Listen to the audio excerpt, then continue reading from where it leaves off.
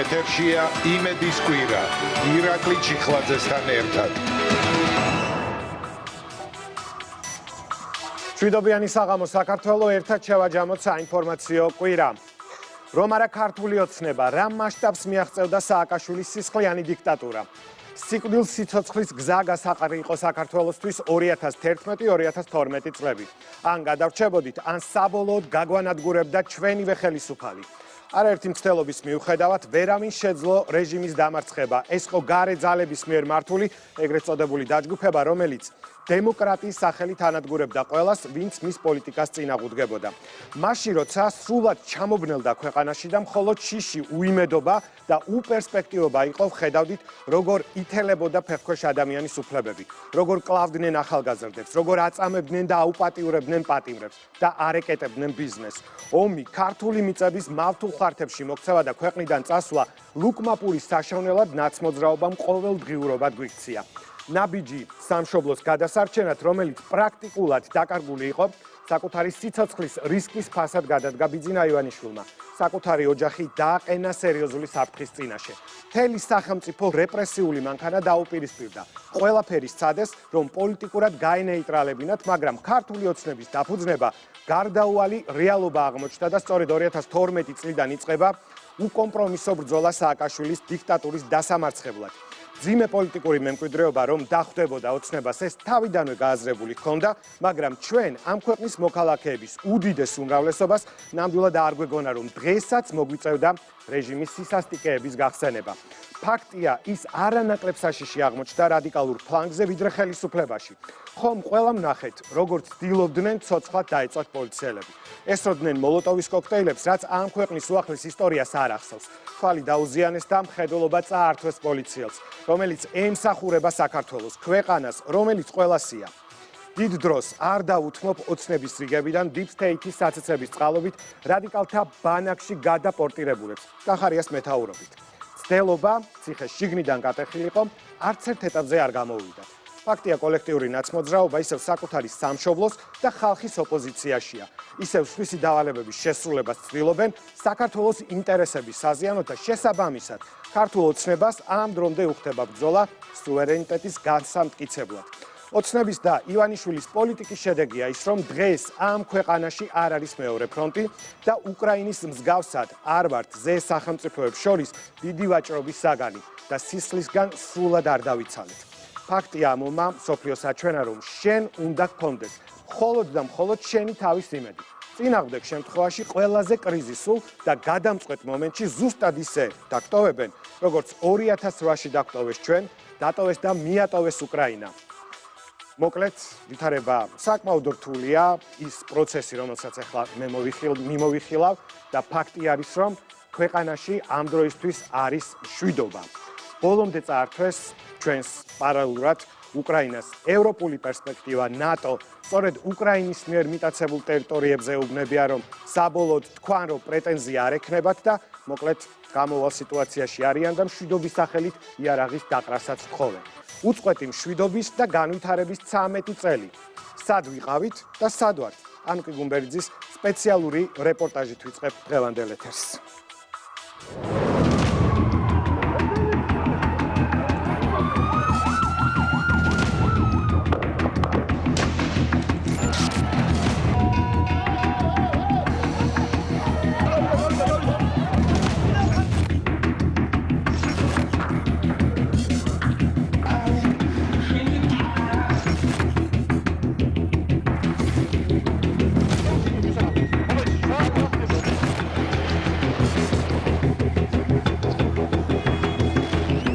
ავტორიტარული რეჟიმის 9 წლიანი სისასტიკე, მძიმე ჟამი საქართველოს უახლეს ისტორიაში, როცა გარე პატრონებისგან წახალისებული ნაციონალური მოძრაობის ხელისუფლება საკუთარი ხალხის წინააღმდეგ იბრძოდა, მანკიერი მეთოდებით, ფეხქვეშ გათელილი კონსტიტუციით, ადამიანების წამებისა და არაადამიანური მოპყრობის პრაქტიკით, ქუჩებში მკვლელობებით, მიტაცებული არჩევნებით, ბიზნესის რეკეტით, მონოპოლიზებული მედიითა თუ პოლიტიკურ კონტროლს დამორჩილებული სასამართლო სისტემით.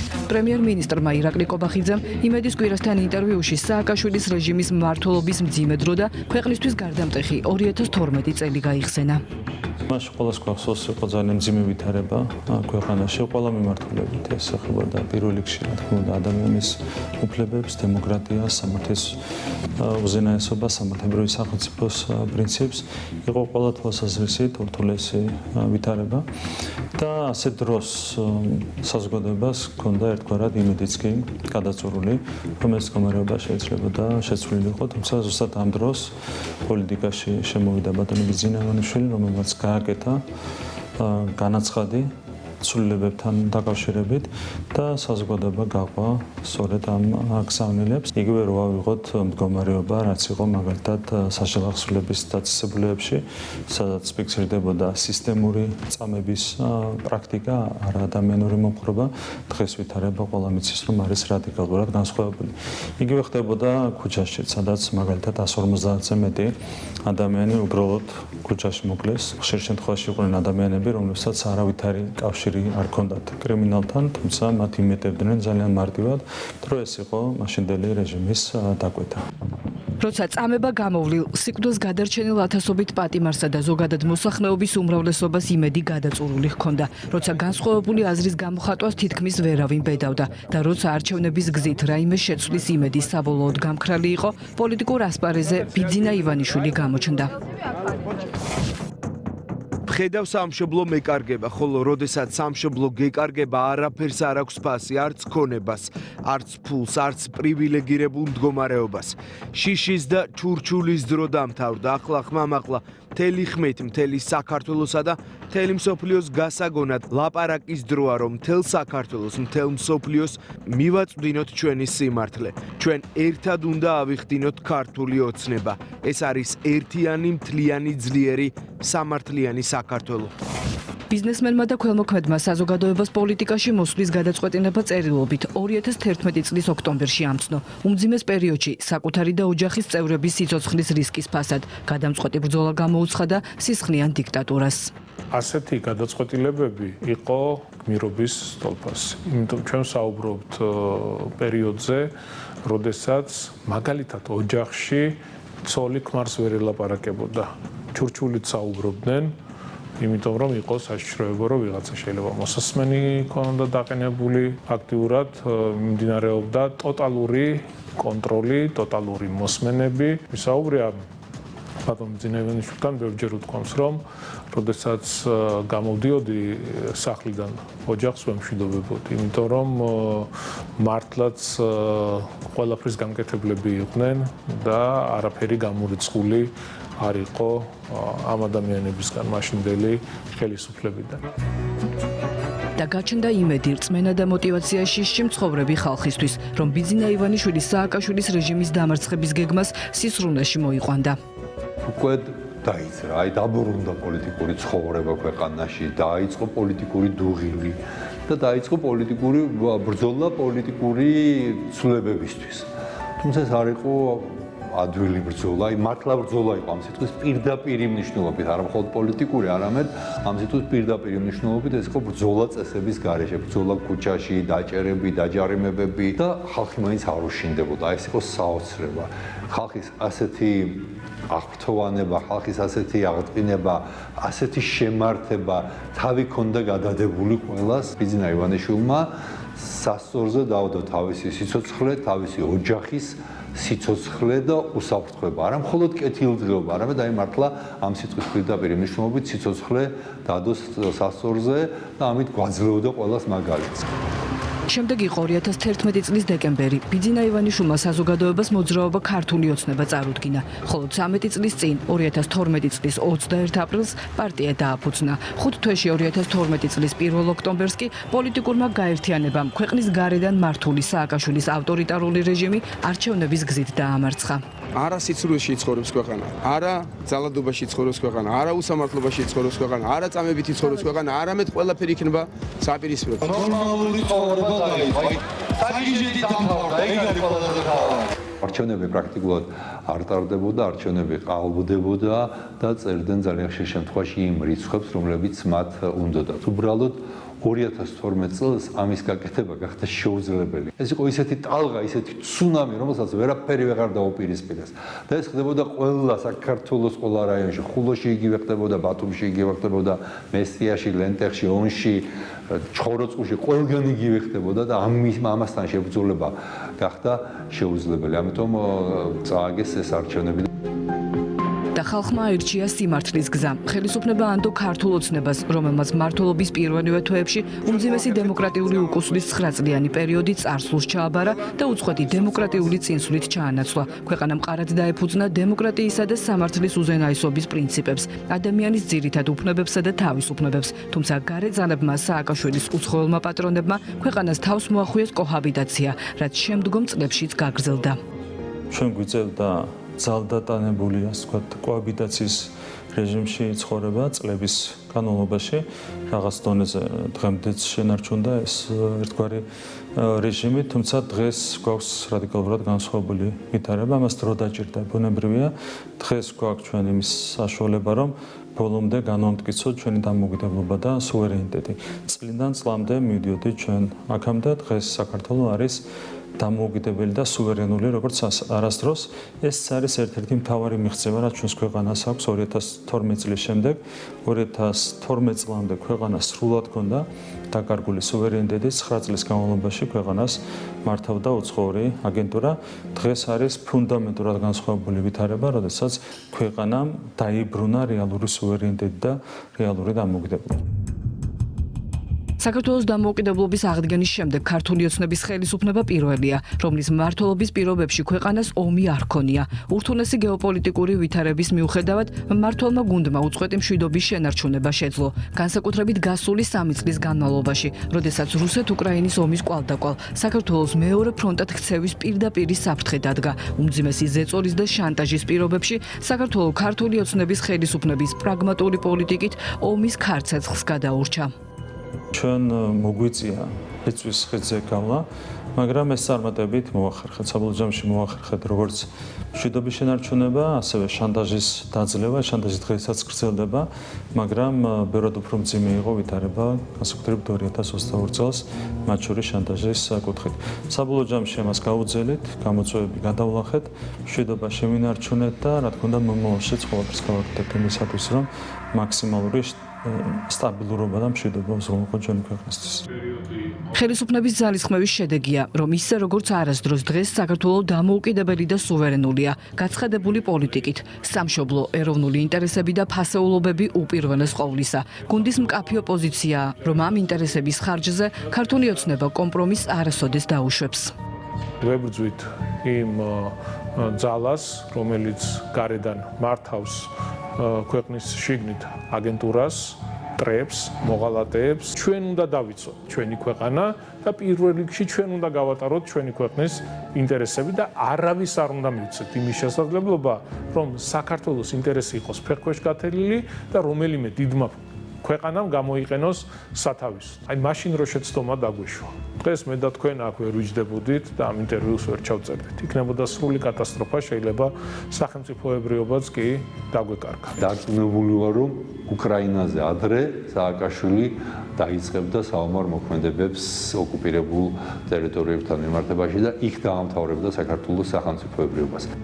სწორედ უწყვეტი მშვიდობა და სწორი ეკონომიკური პოლიტიკა გახდა მთავარი გარანტი ქვეყნის ეკონომიკური სიძლიერის. ბიზნესის რეკეტის აღკვეთისა და მისი რეალური თავისუფლების ფონზე 2012 წლიდან დღემდე ქვეყნის ეკონომიკა გასამაგდა. განსაკუთრებით ბოლო 4 წლის განმავლობაში ჩვენ გვქონდა ძალიან შთამბეჭდავი ზრდა, როდესაც დოლარში საქართველოს ეკონომიკა გაორმაგდა ორჯერ და მეტად გაიზარდა. ამას შექმნა რა თქმა უნდა დამატებითი სამუშაო ადგილები, მხოლოდ ბოლო 3 წლის განმავლობაში საქართველოში იქნა 195,000 ახალი სამუშაო ადგილი, ამდენით გაიზარდა დასაქმების მაჩვენებელი, გაორმაგდა დაახლოებით საშუალო ანაზღაურება მხოლოდ ამ ბოლო 3-4 წლის განმავლობაში. ჩვენ გვაქვს მიზანი, რომელიც უკავშირდება ქვეყნის წლიანი შიდა პროდუქტის განვითარებას და სავალუტო ფონდის პროგნოზიც არის საკმაოდ ოპტიმისტური, უბრალოდ ძალიან ოპტიმისტური. ჩვენ მსოფლიოს მოწინავე ქვეყნებში ვართ, სამეულში ვართ ეკონომიკური განვითარების პროგნოზის თვალსაზრისით. ჩვენი ეკონომიკა ერთსულ მოსახლეზე ამ გათვლების თანახმად 2030 წლისთვის მიაღწევს $13,500, შესაბამისად საქართველოს გადავა უკვე მაღალშემოსავლიანი ქვეყნების რიგში. ჩვენ გვაქვს ამბიციური მიზანი, რომ 2030 წელს საქართველოს გახდეს ელექტროენერგიის თვალსაზრისით მთლიანად თვითკმარი ქვეყანა და ეს არის თავისუფლად მიღწევადი სოციალური პოლიტიკა, რა თქმა უნდა, ეკონომიკის განვითარებასთან ერთად მუდმივად დაიხვეწება და გაფართოვდება შესაბამისი პაკეტები.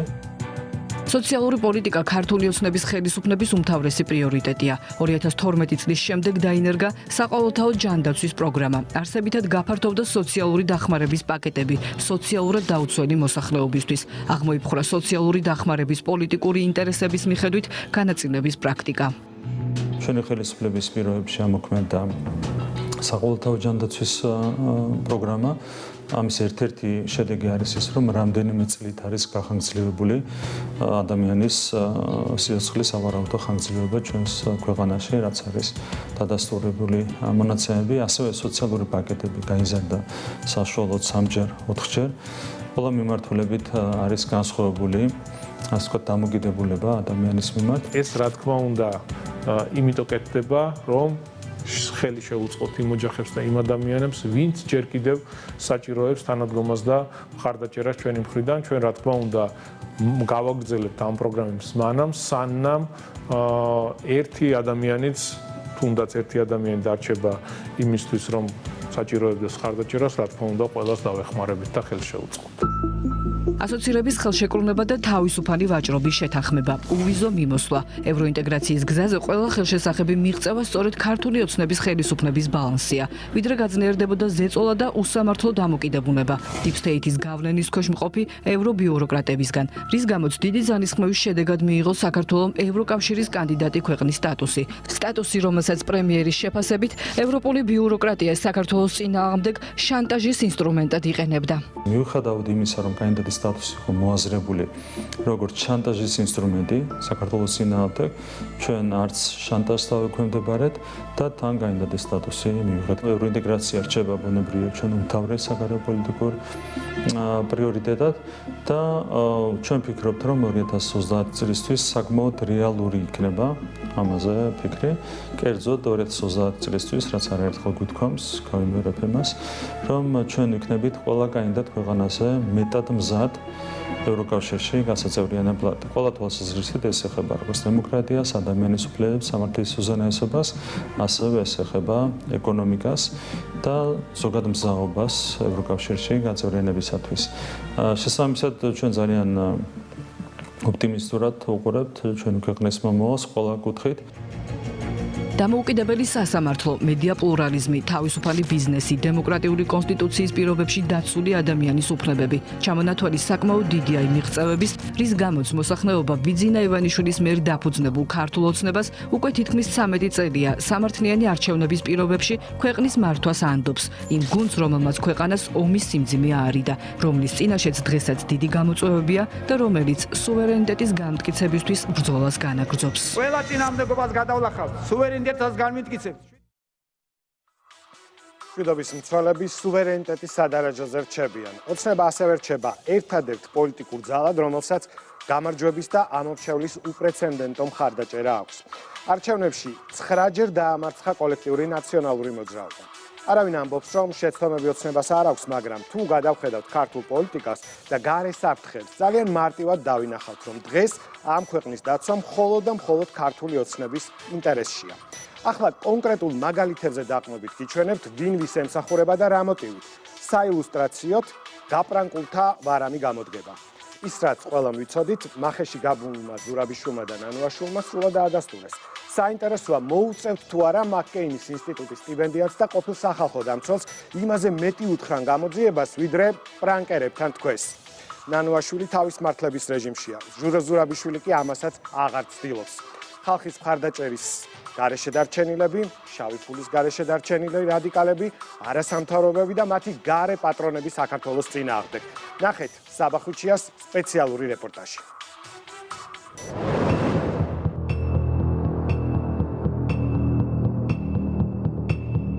ჩემი თვალსაზრისით კრიზისი იმდენად ღრმაა, რომ მისი მშვიდობიანი გზით გადაწყვეტა შეუძლებელია. ყავს არაოფიციალური ქვედანაყოფი, როგორც მაიდანზე უკრაინაში. არსებობენ სამოქალაქო პირები ნიღბით. ასევე არიან ადამიანები კერძო დაცვის კომპანიებიდან და ისინი შეიარაღებულები არიან. როდესაც ღირსებას და სამშობლოს ერთგულებას შენთვის მხოლოდ Google-ში მოძიებული ტერმინების ფასი აქვს, მაშინ ერთის არის საკმარისია, რომ კრემლის მხარდამჭერი რუსული არხის მახეში გაება და საშუალება მისცე ცინიზმით ისაუბრონ იმაზე, როგორ ითხოვ ფინანსებს საკუთარ ქვეყანაში არეულობის მოსაწყობად. მართლაც წარმოუდგენელია, არც დააზუსტო ვინ გესაუბრება, ისე გაანდო ადამიანს, რომ უკმაყოფილო ხარ ევროკავშირის დაგვიანებული რეაგირებით. შეურაცხყო ტრამპის ადმინისტრაცია. აღიარო, რომ შვიდობიანი პროტესტი არ გაკმაყოფილებს და რევოლუციის მცდელობებში ფაქტობრივად ამხილო მდიდარი NGO-ების კლანი. პრანკერების მახეში გაბმული მაკეინის ინსტიტუტის სტიპენდიანტი ექს-პრეზიდენტი სალომე ზურაბიშვილის და ყოფილი სახალხო დამცველის უჩანა ნუაშვილის ეს ვიდეო ინტერვიუები რეიტინგებს ხსნის ყველა სოციალური მედიის პლატფორმაზე. ამ მარცხის კულმინაციური მომენტი კი ალბათ იმის გააზრებაა, როცა აღმოაჩენ, რომ პროდასავლურ მანტია მორგებულმა გარე დავალებების შემსრულებელმა ანგარიში არა შენს პატრონებს, არამედ რუს პრანკერებს ჩააბარე და ამის შესახებ უკვე ყველამ გაიგო. ასე მოხდა სალომე ზურაბიშვილისა და უჩანა ნუაშვილის შემთხვევაში, როცა ორივე მათგანი ფიქრობდა, რომ მათ ერთ შემთხვევაში ჭადრაკის დიდოსტატის გარი კასპაროვის, მეორე შემთხვევაში კი უკრაინის ექს-პრეზიდენტ პეტრო პოროშენკოს სახელით დაუკავშირდნენ. მიხარია თქვენი მოსმენა და თქვენი ნახვა როგორ ხართ? ვცდილობ გადავრჩე და განვაგრძობთ ჩვენ ბრძოლას. ხელისუფლების ზეწოლის გამო დაფინანსება ძალიან ჭირს. ჩვენი პროგრამების ნაწილი ფინანსდება ამერიკის საელჩოს, ევროპარლამენტის მიერ. ჩვენ გვქონდა მთელი რიგი პროექტები, რომელსაც USAID, დემოკრატიის ნაციონალური სახლი აფინანსებდა და ის ჩვენი ერთ-ერთი მთავარი სპონსორია. მაგრამ გამჭვირვალობის კანონის მიღების შემდეგ ეს ყველაფერი გართულდა. USAID-თან და ამერიკის შეერთებული შტატების საელჩოდან ფინანსური, პოლიტიკური და მორალური მხარდაჭერა გქონდა, განსაკუთრებით არჩევნების პერიოდში. ადრე ფინანსები ძირითადად მოდიოდა USAID-დან და ზოგიერთი ევროპული ფონდიდან. ახლა კი ევროპელები ძალიან აჭიანურებენ პროცესს. ისინი ამბობდნენ, რომ სამთავრობო პროგრამებისთვის სანქციების შედეგად შეჩერებულ თანხას სამოქალაქო საზოგადოებისკენ მომართავდნენ, მაგრამ ეს ამ დრომდე არ მომხდარა. ასეთი გულახდილები იყვნენ მაკეინის ინსტიტუტის სტიპენდიანტი და დემოკრატიის კვლევის ინსტიტუტის ხელმძღვანელი მათი წარმოდგენით გარი კასპაროვთან და პეტრო პოროშენკოსთან. გაპრანკულების ვიდეო ჩანაწერმა კიდევ ერთხელ გაამყარა ის, რაც ყველა მისედაც ვიცოდით, რომ მათი ოპონენტები გარე ძალების მიერ ფინანსდებიან და ქვეყანაში არეულობას გეგმავენ. როდესაც ქართული ოცნების გუნდის წევრები საუბრობთ, რომ კოლექტიურ ნაცმოძრაობაში გაერთიანებული ადამიანები პირდაპირ ფინანსდებიან უცხოეთიდან და ყველა ღონისძიებამ რომ მიიღონ თანხები და ჩვენს ქვეყანაში არეულობა შემოიტანონ, დადასტურებულ ფაქტად შეგვიძლია ეს ყველაფერი მივიჩნიოთ. საზოგადოების დიდ ნაწილს კიდევ სჯეროდა, რომ არსებობდა რაღაც გარკვეული პოლიტიკური ინტერესი, როდესაც მაგალითად სალომე ზურაბიშვილის თუნდაც ნანუაშვილის ნებისმიერ სხვას ქართული გვარის მატარებელ უსამშობლოებს უწოდებდით. მაგრამ ახლა გამოვიდნენ და თვითონ მიახსენეს, რომ არიან აბსოლუტურად მოწყვეტილი საქართველოს სიყვარულზე აღარ ელაპარაკი საქართველოს რეალობიდან. ასე რომ ეს არ არის მარტო თვით აღიარება და თვით ლუსტრაცია. ეს არის სერიოზული დანაშაული ეროვნული ინტერესების საწინააღმდეგო. ვიდეო ჩანაწერის გამოქვეყნებიდან მალევე სალომე ზურაბიშვილმა ორი ბრიფინგი გამართა. თუმცა არაფერი უთქვამს ვიდეო ჩანაწერის შესახებ, სადაც რადიკალური პროტესტის გაგრძელების აუცილებლობაზე საუბრობს და ჩივის, რომ ამ პროტესტის ორგანიზებისთვის საჭირო თანხებს ევროპა აგვიანებს. ამიტომ ჩვენ თავად გადავწყვეტეთ მივსულიყავით ზურაბიშვილთან და დაგვესვა კითხვები ვიდეო ჩანაწერზე, რომელიც მაღალ საზოგადოებრივ ინტერესს იწვევს. მივედით მის ოფისთან, სადაც დაცვამ გითხრა, რომ ზურაბიშვილმა ოფისი რამდენიმე წუთის წინ დატოვა. სალომე ზურაბიშვილთან ვარ.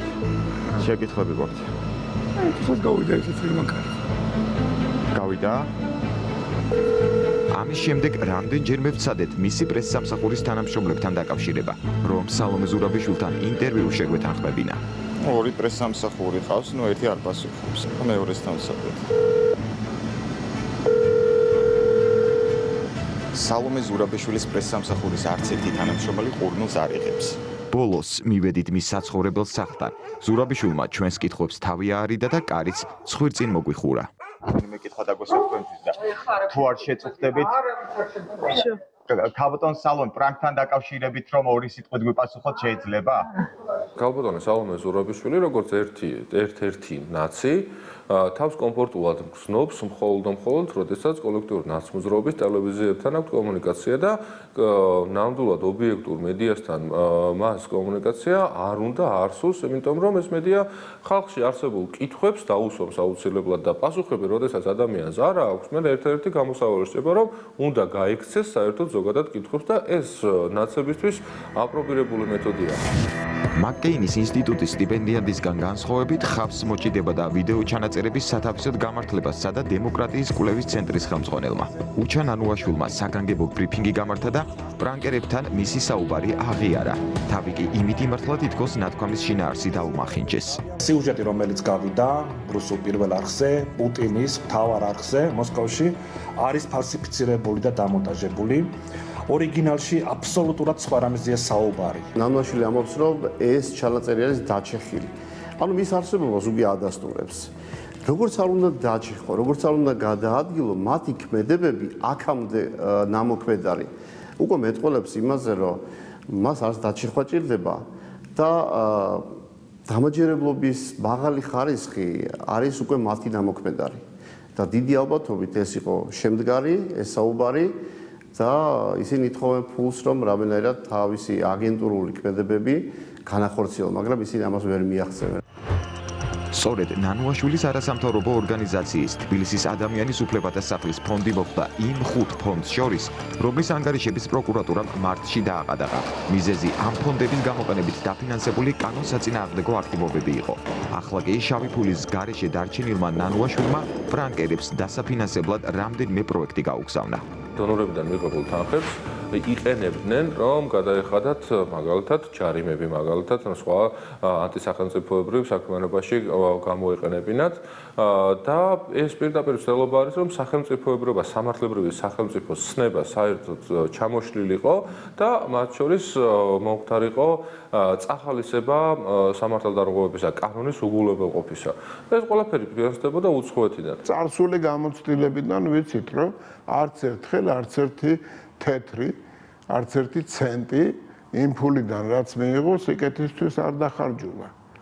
ეს არის აბსოლუტურად ეს სიტყვა არ მიყვარს, მაგრამ უნდა ვთქვა, მოღალატეობრივი გეგმა, რომელიც ვერ აღსრულდა, იმიტომ რომ ელემენტარულად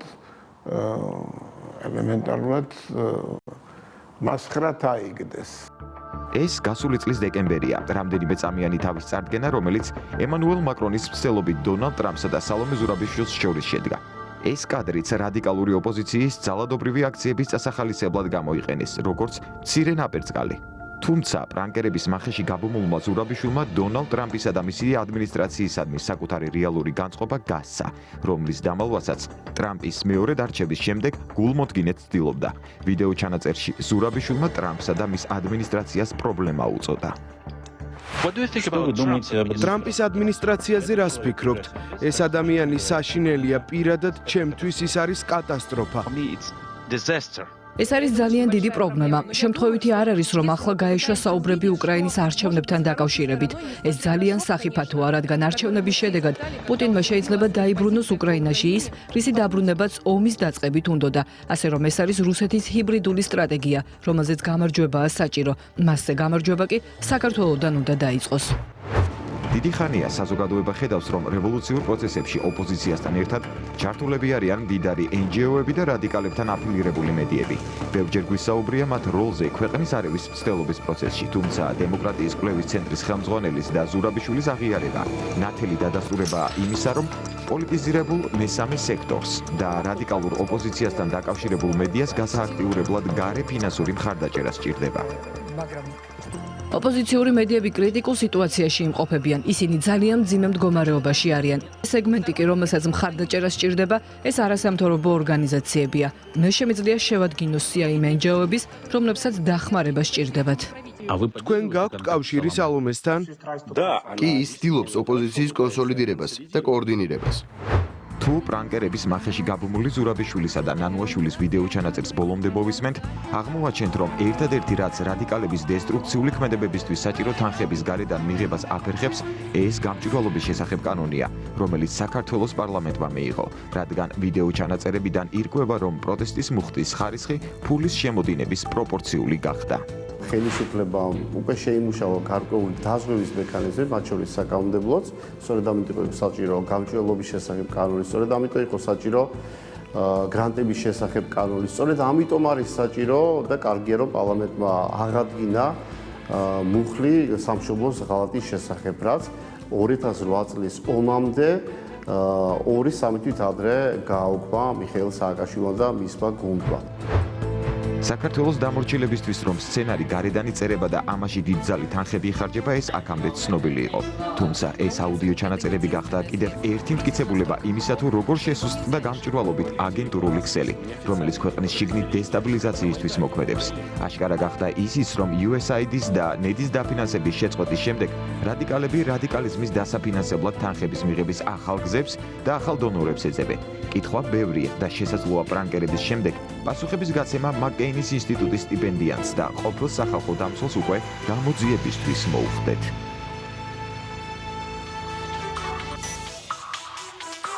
როგორც ჩანს, ზურაბიშვილმა, ნანუაშვილმა, სააკაშვილმა და პოლიტიზებულმა NGO სექტორმა ბრიუსელს ქართულ ხალხზე შეუქმნათ ცუდი და მცდარი წარმოდგენა. ისევე როგორც მართლ პარტიაზე. სხვა რა შეიძლება იფიქრო, როცა ეგრეთ წოდებული დემოკრატიის შუქურები ცდილობენ აიძულონ საქართველოს მოქალაქეები არჩევანი ვიზა ლიბერალიზაციას და სუვერენიტეტს შორის გააკეთონ მხოლოდ და მხოლოდ უვიზო მიმოსვლაზე და არ გაითვალისწინონ ეროვნული ინტერესები. წაახალისონ ანტიეროვნულობა და თუ საჭირო იქნება დაგმონ ყველა და ყველაფერი, ვინც იდენტობას, კულტურას და სარწმუნოებას იცავს. ნამდვილად ცუდი წარმოდგენა აქვს ჩვენზე, პირველ რიგში ჩვენსავე ოპოზიციას, რაც ძალიან შეურაცხყოფელი. ფაქტია, რადიკალები და ევროპელი ბიუროკრატია ერთ ფერხულში არიან. არადა არ ჩერდებიან, საქართველოში სასურველ შედეგს რადგან ვერ მიაღწიეს და აქ მეორე ფრონტი არ გაიხსნა. გაკეთებული არჩევანის გამო ხალხზე გაბრაზდნენ და ის რაც ოცნების ხელისუფლების პირობებში ქვეყანა მოიპოვა, სურთ წაგვართვან და ამით დაგვსაჯონ. საქართველო იმ 61 ქვეყანას შორის არის, რომელსაც შესაძლოა უვისო მიმოსვლა გაუქმონ. ყოველდღეს ჯერ თეორიულ დონეზეა. სავიზო პოლიტიკის შეცვლა სურს ბრიუსელს სხვადასხვა მიზეზების გამო, მაგრამ ფაქტია, ამ თემას იგივე ბრიუსელი კონტექსტიდან ამოგლეჯილად საქართველოსთან შანტაჟის იარაღად იყენებს. სპეკულაციების მიღმა ვიზა ლიბერალიზაციით ვაჭრობამ ღია დაჩვენა, რომ ბრიუსელი ვერ ეგუება ჩვენი ქვეყნის სუვერენიტეტს. მათ არ სურთ ჩვენი ქვეყანა დამოუკიდებელი, სურთ დამოკიდებული. როგორ იქცა ვიზა ლიბერალიზაცია გარედან მართვის მცდელობის ბერკეტად. მოგიყვებათ სანდრო გამსახურდია. ევროკავშირის სავიზო ლიბერალიზაციის შეჩერების გაიოლებას გეგმავს.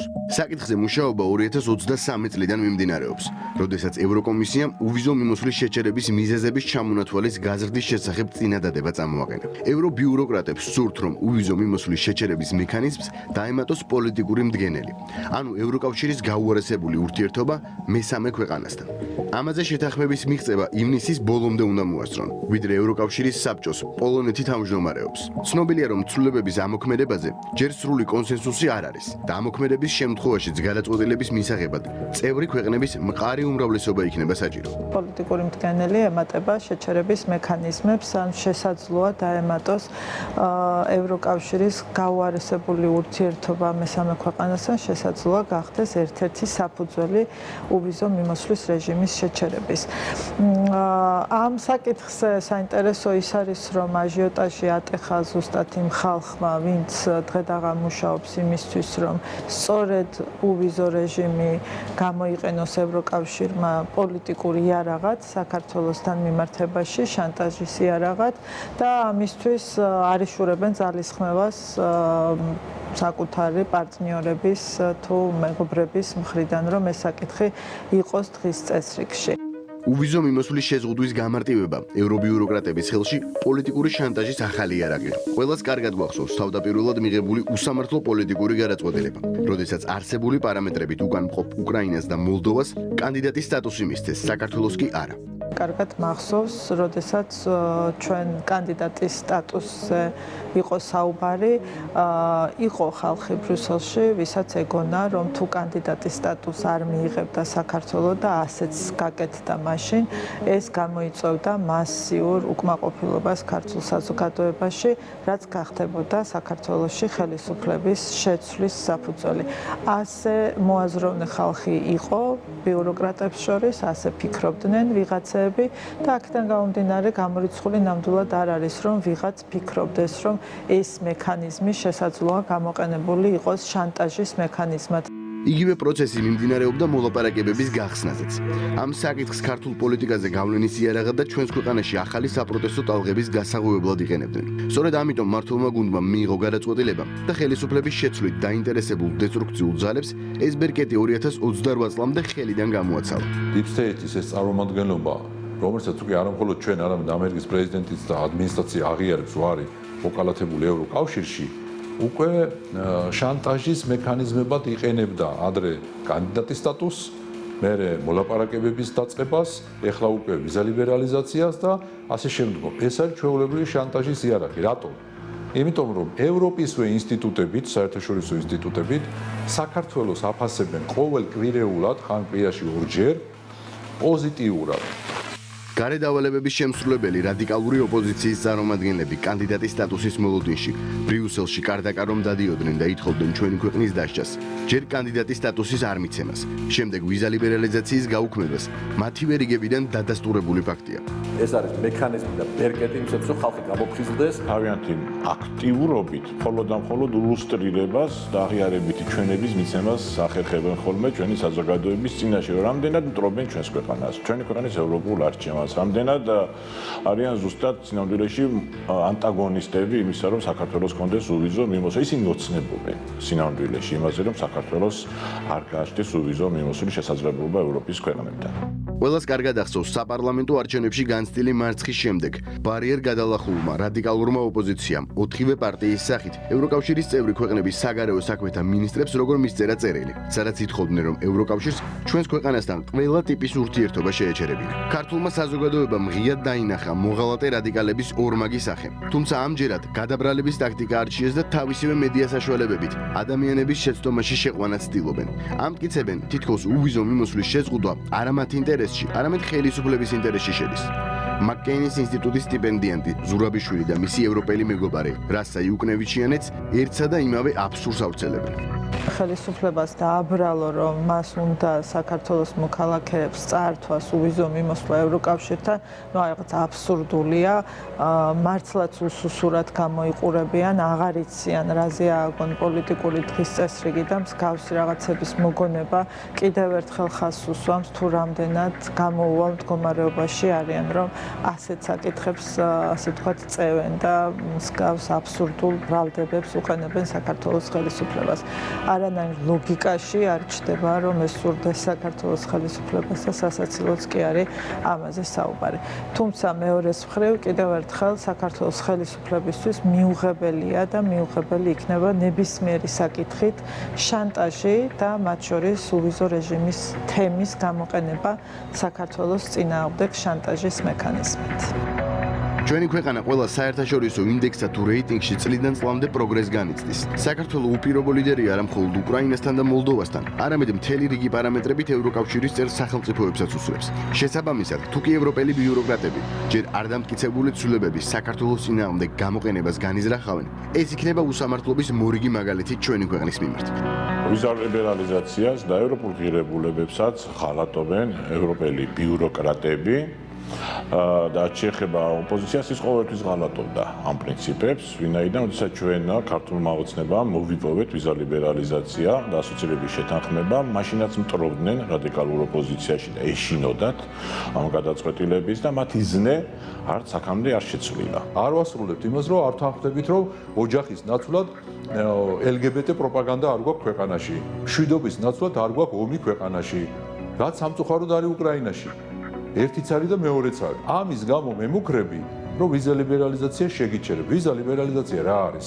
არის მეგობრული ურთიერთობა, რომ არ იყოს საჭირო ვიზები და იმ დონეზე ვართ უკვე, რომ ესეთი უვიზო მიმოსვლა გქონდეს. რაც სხვათა შორის ქართული ოცნების ხელისუფლების პირობებში მოხდა. ეგ. მაგრამ შენ თუ ეხა მეტყვი, რომ შენი იდენტობა არ გქონდეს და უვიზო დიარე ჩემთან, ეს ევროკავშირი კი არა, საბჭოთა კავშირის დროსაც მიუღებელი იყო ჩვენთვის. აგენტურული ოპოზიციის პატრონებმა, როგორც ჩანს, ქართველების ხასიათი ბოლომდე ვერ შეისწავლეს და ვერ მიხვდნენ, რომ შანტაჟი ქართულ ხალხზე არ მოქმედებს. ამ ფონზე მართველი გუნდი ოპტიმისტურად არის განწყობილი და მოვლენების ამ სცენარით განვითარებას ნაკლებად ელოდება. ეს იქნება ბოლო ტყვია შანტაჟის იერარქიაში. და შანტაჟმა აზრი ეკარგება, აქამდე როგორც ასეთი შანტაჟის ავტორი არ მიდის ხოლმე. ეხლა რას გულისხმობ ამაში კიდევ უფრო ზუსტად რომ ვთქვა. იმის იქით პაკეტი აღარ არსებობს. მათი მხრიდან თუ კი ვინმე ევროკავშირის იმდენ სახელმწიფოს ისე მომართავს, რომ ამ გადაწყვეტილებამდე მართლა მივიდნენ, ეს ნიშნავს, რომ დასაშანტაჟებელი სვლა მეტი აღარ არსებობს. ცვლილებების ამოქმედების შემთხვევაში არსებობს თეორიული შესაძლებლობა, რომ ქართველმა რადიკალებმა და მათმა პატრონებმა უნისონში ვიზა ლიბერალიზაციის საკითხის შანტაჟის იარაღად და ქართულ პოლიტიკაზე ზეგავლენის ინსტრუმენტად გამოყენება წინასაარჩევნო ან პოსტსაარჩევნო პერიოდში ერთხელაც სცადონ. განსაკუთრებით იმ ფონზე, რომ მათი პოლიტიკური არსენალი თითქმის ცარეელია. თუმცა არ უნდა დაგვაუწყდეს, რომ ჩვენს ქვეყანას ევროკავშირში ჰყავს სანდო მეგობრები და პარტნიორები, რომლებიც პატივს სცემენ ქართველი ხალხის არჩევანს, ჩვენი ქვეყნის სუვერენიტეტს და უპირისპირდებიან იმ წარმონაქმს, რასაც საბჭოური სულისკვეთებით მოქმედი დღევანდელი ევრობიუროკრატია ჰქვია. იზოლაცია და მხოლოდ იზოლაცია. ახლა რადიკალების ერთადერთი გზა და საზრუნავი საქართველოს ჩიხში მოქცევაა, საიდანაც გამოსვლას და დემოკრატიული გზით სვლას ვეღარ შეძლებს. ებრძვიან ყველას, ვინც საქართველოს და ქართველი ხალხის მიერ არჩეულ ხელისუფლებას სტუმრობს. ამიტომაც აღმოჩნდა ეუთოს გენერალური მდივანი ქართული რადიკალური ოპოზიციის თავდასხმის ობიექტი. გენმდივანმა შეხვედრები გამართა ხელისუფლების უმაღლეს პირებთან. ეს კი პირდაპირ ნიშნავს იმ პოლიტიკის აღიარებას და მხარდაჭერას, რომელსაც ქართული ოცნება განსაზღვრავს.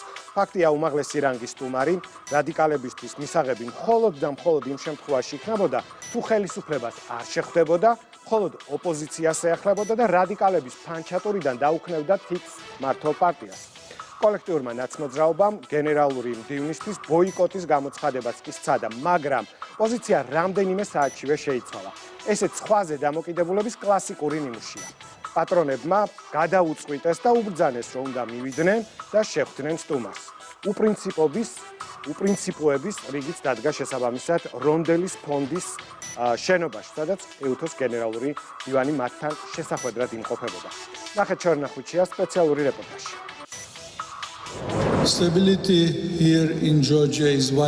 სტაბილურობა საქართველოში არის სასიცოცხლოდ მნიშვნელოვანი როგორც ქართველი ხალხისათვის, ასევე მთლიანად რეგიონის ინტერესებისათვის, უსაფრთხოებისა და სტაბილურობის დამყარებისთვის.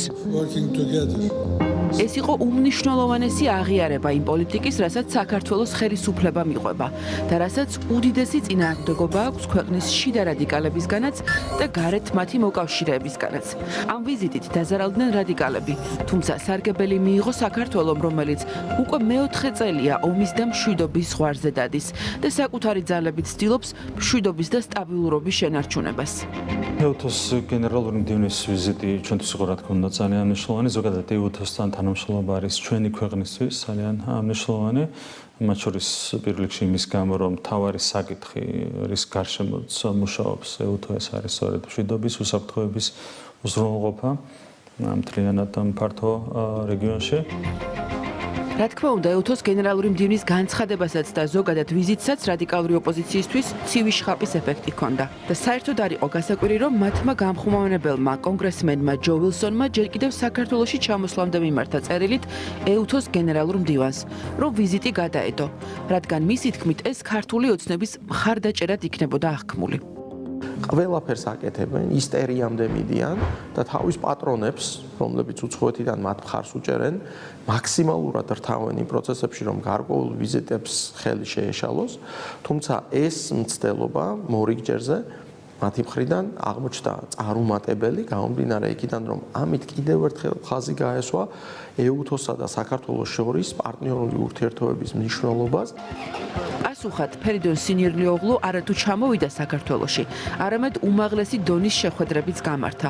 საქართველოს პრემიერ-მინისტრთან, პარლამენტის თავმჯდომარესთან, პრეზიდენტთან, საგარეო საქმეთა და შერიგების მინისტრებთან. აქ გამოჩნდა ერთმნიშვნელოვნად ის, რომ საქართველო არის ერთ-ერთი საკვანძო აქტორი სამხრეთ კავკასიის რეგიონში მშვიდობისა და უსაფრთხოების გამტკიცების თვალსაზრისით. ხაზი გაესვა იმას, რომ საქართველო ერთგულობს ეუთოს სადამფუძნებლო პრინციპებს. მოვისმინეთ გენდივნისგან ძალიან მნიშვნელოვანი განცხადება, როდესაც ის საუბრობს სტაბილურობაზე, მშვიდობაზე, განვითარებაზე და აქ განსაკუთრებულ როლს უსვავს საქართველოსი, რომლის სტრატეგიული მდებარეობა, რომლის ისტორიული ფუნქცია, რომ რეგიონში ვასრულებდით ყოველთვის მნიშვნელოვან როლს ამ მიმართულებით და განსაკუთრებით ბოლო პერიოდში, როდესაც ჩვენ ღიად საჯაროდ არა მარტო დავაფიქსირეთ, არამედ კონკრეტული ნაბიჯები გადავდგით ჩვენი მეზობელი ქვეყნების აზერბაიჯანის და სომხეთის შორის არსებული კონფლიქტის მშვიდობიანი დასრულების კონტექსტში. ეუთოს გენერალური მდივანი ვიზიტის პირველივე დღეს საოკუპაციო ხაზთან ჩავიდა და ადგილზე გაეცნო სიტუაციას. ასევე პირველივე დღეს შეხვედრა გამართა ცესკოს თავმჯდომარესთანაც და ამ შეხვედრაზე საუბარი ცხადია არჩევნებს შეეხო. ეუთო როგორც არჩევნების მთავარი შემფასებელი ორგანიზაცია მანამდეც იყო ოპოზიციის თავდასხმის ობიექტი, რადგან არ მოსწონდათ ის, რაც 2024 წლის საპარლამენტო არჩევნების შეფასებისას დაწერა. ეუთო დიდი დამთავრებული არის, უკვე არის კრიზისი. შეფასების ყველა პუნქტი ჩემთვის მისაღები არ არის. ოდირის დასკვნა არ არის ჩემთვის ბიბლია. არანაირი მნიშვნელობა ჩემთვის. რას იკვის ეუთო, ოდირი, საბოლოო ჯამში არ აქვს. ეუთო ოდირი არ არის ის ორგანიზაცია, რომელიც ცნობს არჩევნების ლეგიტიმაციას. და ასეთივე რეაქცია ჰქონდათ, როცა გაიგეს, რომ მოწოდების მიუხედავად ეუთოს გენერალური მდივანი მაინც ჩამოდიოდა საქართველოში. რადიკალები ხან ამ ვიზიტის დაკნინებას შეეცადნენ და ხანაც გენერალურ მდივანს დაუწუნეს კომპეტენცია. ჩვენი მხრიდანაც უმჯობესი იქნებოდა, რომ ეს ვიზიტი არ შემდგარიყო. ამ ადამიანს მათ შორის არ ესმის ის ქვეყანაში შექმნილი მდგომარეობის სიმძიმე. საქართველოშიც რუტინული ვიზიტით ჩამოვიდა, იმიტომ რომ 57 ქვეყანაში იქნება ვიზიტი. ამ ორგანიზაციაში რუსეთიც შედის, რუსეთსაც აქვს გავლენა. თუმცა ამ განცხადებების შემდეგ ისევ ამ პარტიების წარმომადგენლები მაინც მივიდნენ ეუთოს გენერალურ მდივანთან შესახვედრად. რა თქმა უნდა, ეს არის პირდაპირ მოღალატეობრივი მიდგომა სახელმწიფოსადმი, სახელმწიფო ინტერესებისადმი და ნაცვლად იმისა, რომ მათ ესაუბრათ პოზიტიურ შინაარსზე, ისევ და ისევ ამჯობინეს, რომ ექსტრემისტული განცხადებები ეკეთებინათ.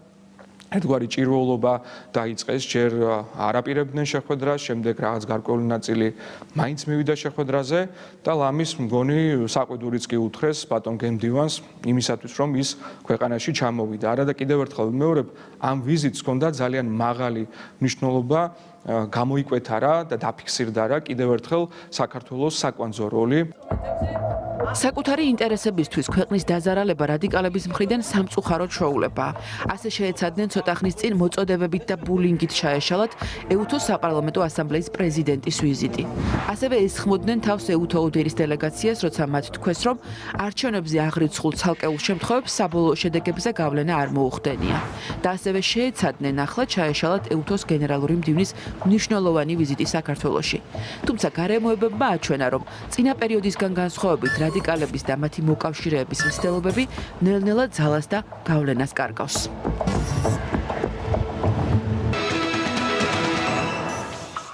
უყურებთ იმედის კვირას ირაკლი ჩიხლაძესთან ერთად. მეორე ბლოკს ვიწყებ უკრაინით, სადაც ქალაქები ამ წუთებში ციბომბება. ყოველდღიურად ათობით უკრაინელი ეწირება რუსეთის ომს. მეორე მსოფლიო ომის შემდგომ იმ მასშტაბის ომი, რასაც ახლა ჩვენ ყველა ერთად უკრაინაში ვიყურებთ, ევროპის კონტინენტზე არ ყოფილა. ქვეყანა იცლება სისხლისგან, ყველა ზე სახელმწიფო კი საკუთარი ინტერესით პოზიციონირებს. თუ ომის დასაწყისში პრეზიდენტ ზელენსკის დასავლეთი ღიად აგულიანებდა, რომ ამ ომს მოიგებდა, რომ ნატოს ღია კარში შეუშვებდნენ კიდეც და დღე-დღეზე ევროკავშირის წევრი სახელმწიფოს სტატუსით წარსდგებოდა მსოფლიოს წინაშე, ყველაფერი პირიქით მოხდა. შეშფოთების და მხარდაჭერის სიტყვების მიღმა ერთმანეთის მიყოლებით ყველამ ზურგი შეაქცია ქვეყანას, რომელიც ომის ცეცხლშია გახვეული. შუამავლის როლი წინა მორბედისგან განსხვავებით დონალდ ტრამპმა კი მოიგო, მაგრამ არც ისე მარტივი აღმოჩნდა მოლაპარაკება. ის რომ ტრამპს ნამდვილად მშვიდობა სწორია. ეს გამოჩნდა ვატიკანშიც. პაპის დაკრძალვის ცერემონიალიც კი ლამის დაჩრდილა შუა ტაძარში მსხდომი ორი პრეზიდენტის პირისპირ საუბარი. დონალდ ტრამპის სამშვიდობო გეგმა რიგ ოკუპირებულ ტერიტორიებზე რუსეთის კონტროლის შენარჩუნებას ითვალისწინებს და ეს პირობა საბოლოოა. როგორც ჩანს, ტრამპი ან დაიყოლიებს მხარეებს, ან ერთმანეთის პირისპირ მარტო დატოვებს, რაც უმძიმე შედეგს მხოლოდ და მხოლოდ უკრაინას მოუტანს. ფაქტია, ომი არ სრულდება და არც მშვიდობის საბოლოო ფასს ასახელებს ვინმე. ნახეთ ცოტნე გეგეჭკორის სპეციალური რეპორტაჟი გაწირულ უკრაინაზე და Deep State-ის შეგულიანებულ და შემდეგ მიტოვებულ პრეზიდენტ ზელენსკიზე.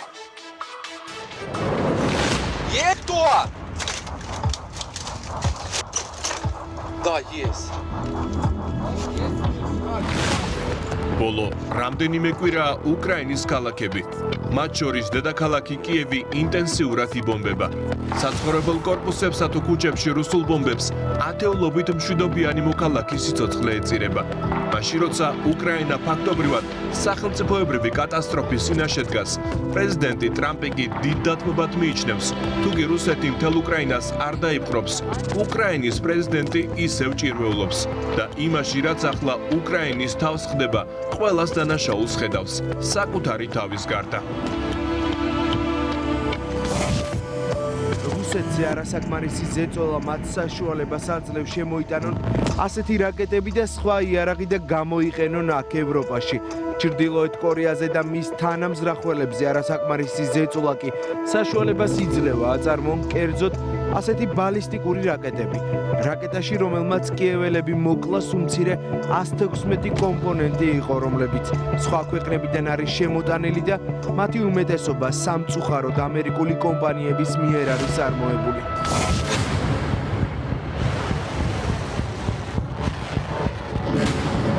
ოფიციალური ინფორმაციით 18 თებერვლის მონაცემებით რუსეთ-უკრაინის ომს 12654 მშვიდობიანი მოქალაქე ემსხვერპლა. ფიზიკური დაზიანებები მიიღო 29392 ადამიანმა. ოფიციალურად კიევმა სულ ბოლოს 31000 ჯარისკაცის დაყოფა დაადასტურა. ცნობილი გამოცემა The Economist 60000-დან 100000-მდე მოკლულ და 400000-მდე დაჭრილ უკრაინელ სამხედროზე იუწყება.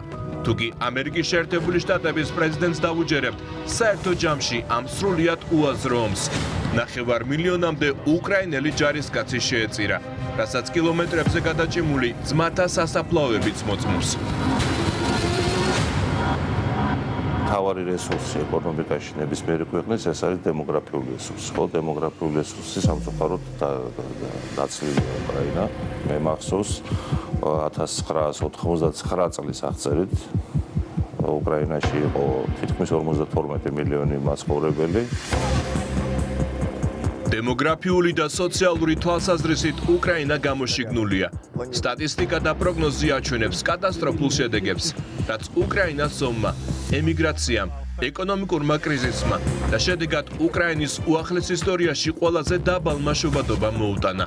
გაერთიანებული ერების ორგანიზაციის მოსახლეობის ფონდი იუწყება, რომ უკრაინა მძიმე დემოგრაფიულ კრიზისშია. შობადობის მაჩვენებელი 1 თელზე ნაკლებია.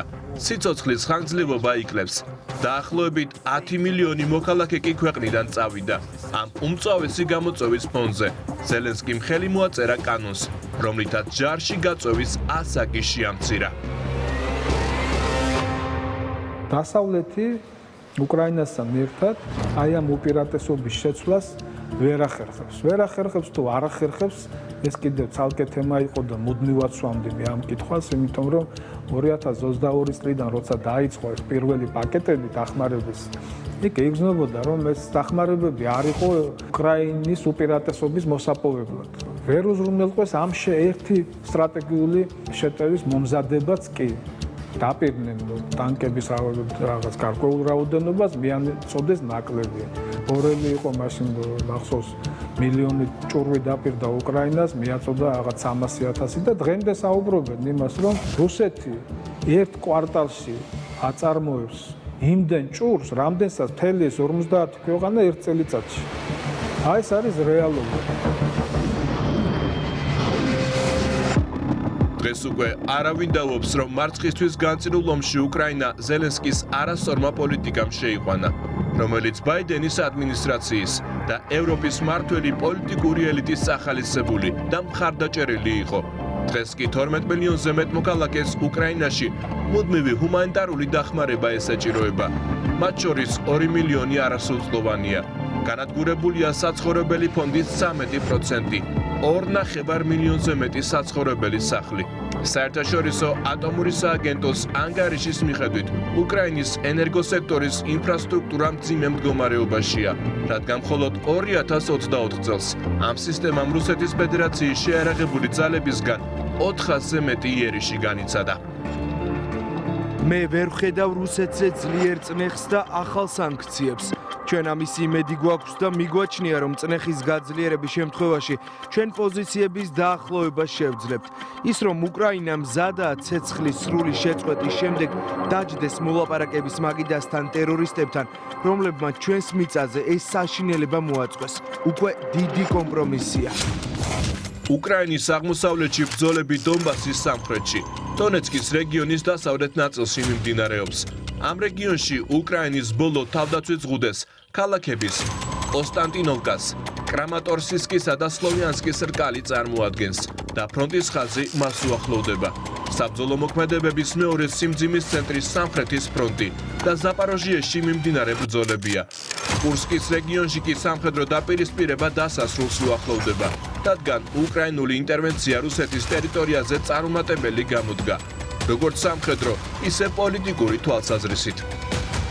ბრძოლის ველზე ხდება ის, რომ რუსეთს ისევ აქვს ინარჩუნებს სტრატეგიულ უპირატესობას, როგორც ჩრდილოეთის მიმართულებაზე ფაქტობრივად ასრულებს კურსკის ტერიტორიის მთლიანად დაბრუნებას, ეგ დარჩენილია თუ არ ვთქვი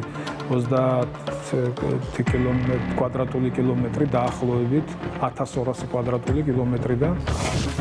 შექმნილი საერთო სურათის ფონზე უკრაინის პრეზიდენტმა საჯაროდ განაცხადა, რომ მზადაა იმ მოლაპარაკებების მაგიდასთან დაჯდეს, რომლის წარმატების იმედიც ამერიკის შეერთებული შტატების პრეზიდენტს აქვს და რომელზეც სამშვიდობო შეთანხმება გარკვეული პირობებით განიხილება. ეს პირობები კი როიტერსმა გაასაჯაროვა. შეძლებენ თუ არა შეთანხმებას ამ პირობებზე მხარეები უცნობია, თუმცა კრემლში ვლადიმერ პუტინის და დონალდ ტრამპის სპეციალური წარმომადგენლის სტივ იუტკოფის 3 საათიან შეხვედრას კონსტრუქციული და სასარგებლო უწოდეს. ვიდრე ეს შეხვედრა შედგებოდა, ტრამპმა ამერიკიდან მთელ მსოფლიოს აცნობა, რომ ეჭვება უკრაინა ოდესმე ნატოს წევრი გახდეს. წლების შემდეგ მაინც უწევს ყირიმის დათმობა და თანაც ასეთი მძიმე დანაკარგები, თუ წლების შემდეგ მაინც მოუწევს და უწევს ფაქტობრივად ნატოზე ვარისკმა, იმიტომ რომ ნატოს ლიდერი სახელმწიფო და მისი დღევანდელი ლიდერი ტრამპი ამბობს, რომ უკრაინა ვერასდროს გახდება ნატოს წევრი. და მაშინ ეს ლაპარაკია 21 წლის დეკემბერში პუტინთან. და თუ რაღაც სხვა მიზნები ჰქონდათ რუსეთთან მიმართებით, რაღა უკრაინის ხარჯზე გააკეთეს, ეს დროში გაეწევა. უკრაინის დაზიანებით, საქართველოს საკითხის დაზიანება, ანუ ნატოს გაფართოება და არა მხოლოდ საქართველოს, ანუ ნატოს გაფართოების საკითხი იხურება ფაქტობრივად დღევანდელი რეალობიდან გამომდინარე, ხო? ჩვენ შეთანხმების მისაღწევად მზად ვართ, მაგრამ ამ შეთანხმების კონკრეტული მომენტები, ელემენტები არსებობს, რომელიც დახვეწას საჭიროებს. ჩვენ ამით ვართ დაკავებულნი. ამერიკის შეერთებული შტატების პრეზიდენტი ფიქრობს, მეც მგონია, რომ ის მართალია, რომ ჩვენ სწორი მიმართულებით მოძრაობთ. ამომს დიპლომატიური დასასრული არ ექნება. რუსები თავდაჯერებულად გრძნობენ თავს და მათ 3 ძირითადი მოთხოვნა აქვთ და ტრამპის წარმომადგენელმა ვიტკოფმა ეს კარგად იცის. ევროპელები და უკრაინელები კი რუსული მხარის წინადადებების მიღებას არ აპირებენ. არსებობს რაციონალური მოლოდინი, რომ შესაბამის გარემოში დონალდ ტრამპი პირიქით ამ მოთხოვნებს დათანხმდება, მაგრამ არა უკრაინელები, ბრიტანელები და სხვა ევროპელები. გამომდინარე აქედან ომი გაგრძელდება და მისი ბედი ბრძოლის ველზე გადაწყდება.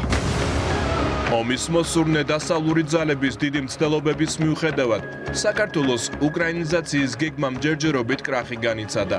თუმცა მათი დასაყრდენი ძალების, კოლექტიური ნაციონალური მოძრაობის და მდიდარ NGO-თა კლანის დამსახურებით ქვეყანას ბოლო რამდენიმე წელი დესტრუქციულ პროცესებთან გამკლავება მოუხდა. თუმცა რომ არა მართველი პოლიტიკური გუნდის სწორი და ეფექტიანი მუშაობა, ქვეყნისთვის მიყენებულ ზიანს გაცილებით დიდი მასშტაბები ექნებოდა. ეს ჯგუფები მზადდებოდნენ ხელისუფლებაში დასაბრუნებლად, იმიტომ რომ აგენტურული ქსელი ერთხელ უკვე სამწუხაროდ 9 წლის განმავლობაში ამ ქვეყანას მართავდა. ჰქონდა მწვანე შუქი ანთებული ნებისმიერ უკანონობაზე, ნებისმიერ დანაშაულზე, ადამიანის უფლებათა სისტემურ დარღვევაზე, მხოლოდ და მხოლოდ იმის საფასურად, რომ მათ ჰქონდათ ისინი იყვნენ მსახური სხვისი ინტერესებისა და ნებისმიერ დროს იყვნენ მზად ჩვენი ქვეყანა მსხვერპლად შეეწირათ სხვა სახელმწიფოების თუ კონკრეტული ჯგუფების ინტერესებისათვის. რუსეთი მოცემულობაა, რომელიც უნდა გაითვალისწინო. ჩვენი 2008 წლის ომიც ამის დასტურია, როდესაც სხვის პროექტში მოხვდით. ვინ იზარალა საბოლოო ჯამში იზარალა ხალხი. აიღო დაგვეყობა ხალხი, დევნილები, დავკარგეთ ტერიტორიები. სცენარისტი უკრაინის ომსაც, ჩვენს ომსაც ერთი და იგივე ყავს. და ტრამპი მათ ებრძვის. რა მოუტანა უკრაინას ამ მანგრევისა და დემოგრაფიული კატასტროფის გარდა. ნატოს მრავალჯერ დაპირებული წევრობა მიიღო, რომლის გართანაც ის თითქოს საქართველოსთან ერთად იდგა, თუ ევროკავშირის წევრი გახდა. ფაქტია, რომ დღეს მდგომარეობით რუსეთს უკრაინის 26%-ზე მეტი ტერიტორია აქვს ოკუპირებული და ამ დრომდე არ წყდება საომარი მოქმედებები, რომელსაც უამრავი ადამიანის სიცოცხლე ეწირება.